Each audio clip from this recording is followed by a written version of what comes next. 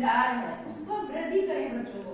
तो मान लो एक कोई भी आया, मान लो वाणी आ गया, है ना, पहला पाठ हमने 9वीं कक्षा का वाणी आ गया भारतीय वसंत ऋतु में, तो हमने वाणी शब्द लिया, हमने बच्चों को बताया, उसके और बहुत सारे पर्याय बताए हमने, सरस्वती, है ना।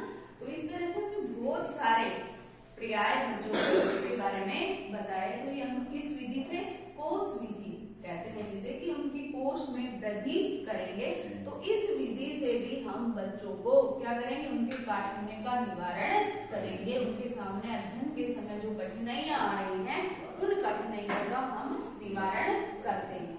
तो इस प्रवचन विधि और कथन विधि में एक अध्यापक ही बहुत सारी सह विधियों का सहारा लेकर के बच्चों की जो समस्याएं हैं, जो काठिन्य निवारण है, उनका समाधान करता है। तीसरी विधि हमारी स्पष्टीकरण विधि। स्पष्टीकरण नाम से हमें पता चल रहा है कि किसी भी शब्द को स्पष्ट करना, है ना, किसी का भी अर्थ बताना।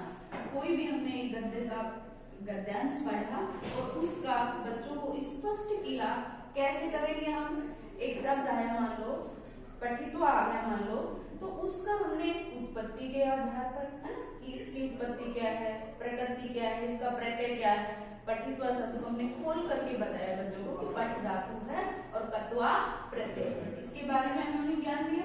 तो उत्पत्ति के आधार पर भी हम उसको स्पष्ट कर सकते हैं, या तुलना के आधार पर, मान लो कोई लाइन है और उसी की कोई दूसरा उदाहरण हम दे करके तुलना के आधार पर भी उस काठिन्य निवारण को हम स्पष्ट कर सकते हैं।